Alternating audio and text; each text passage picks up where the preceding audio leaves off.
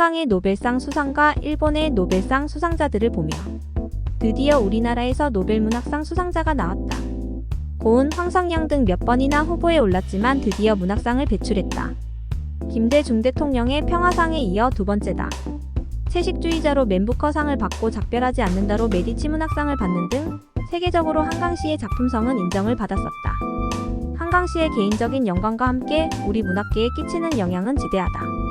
일본의 가와바타 야스나리가 문학상을 수상한 후 세계적으로 일본 문학에 대한 관심이 높아지고 평가도 올랐다. 세계 문학계에서 우리나라 문학계를 바라보는 시각이 달라지는 계기가 될 것이다. 그만큼 우리 문학에 대한 평가도 높아지리라 생각된다. 상금 외에 돈으로 환산할 수 없는 가치를 우리 국민에게 선물한 것이다. 일본은 많은 노벨상 수상자를 배출했다. 문학상과 평화상이 3명이 있지만 의과학 수상자가 대부분이다. 1949년 일본 최초의 노벨상을 받은 유카와 히데키를 비롯하여 물리학상만 12명, 1981년에 수상한 후쿠이키 니치를 비롯한 화학상이 8명, 2016년에 수상한 오오스 미요시노리를 비롯한 의학생리학상이 5명, 1968년 가와바타 야스나리, 오오에 켄자부로 문학상 2명, 비핵 3원칙을 주장하여 1974년 평화상을 수상한 사토 에이사쿠가 있다.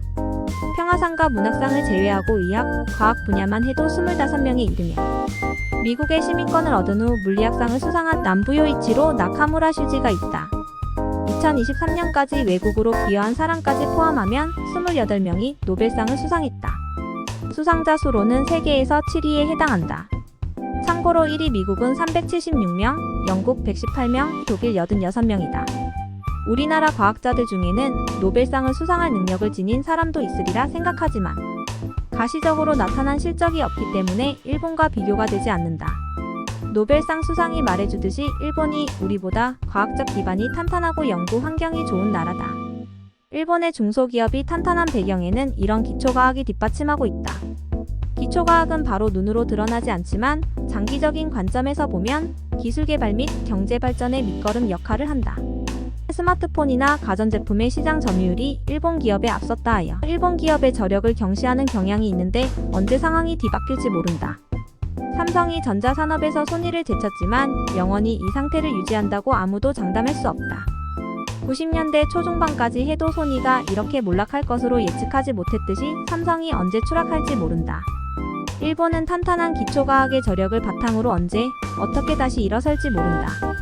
우리나라 사람들의 시선과 달리 세계의 많은 사람들의 시선은 과학기술 강국인 일본을 눈여겨보고 있다. 노벨상만으로 과학기술의 척도를 가늠할 수는 없지만 노벨상을 많이 받았다는 것은 기초과학이나 관련 연구에서 우수한 과학자가 많고 저력이 탄탄하다는 것을 증명하고 있다.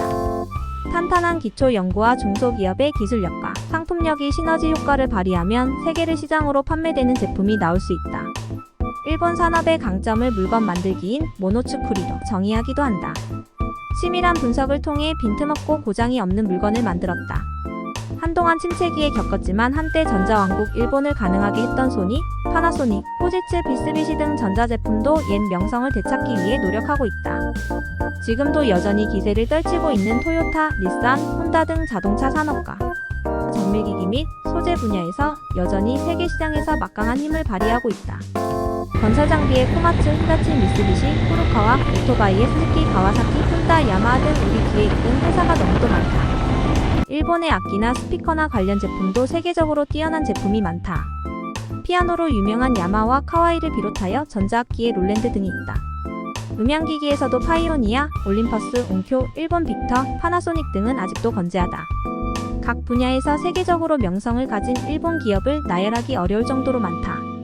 지난해 과학기술 연구비 예산을 대폭 삭감해 과학기술계의 분노를 샀던 기억이 되살아난다. 집행하는 과정에서 문제가 있다고 해서 미래를 위한 연구비를 삭감한다는 것은 이해되지 않는다. 적어도 이런 과학 분야 특히 기초과학은 당장 성과가 나지 않더라도 꾸준히 지원하여 토대를 닦아야 결실을 맺는다. 기초과학은 단기 성과에 집착하거나 정치적인 논리로 접근해서는 안 된다. 한강시의 노벨 문학상 쾌거에 이어 앞으로 의과학 분야의 수상자가 나오기를 기대해본다.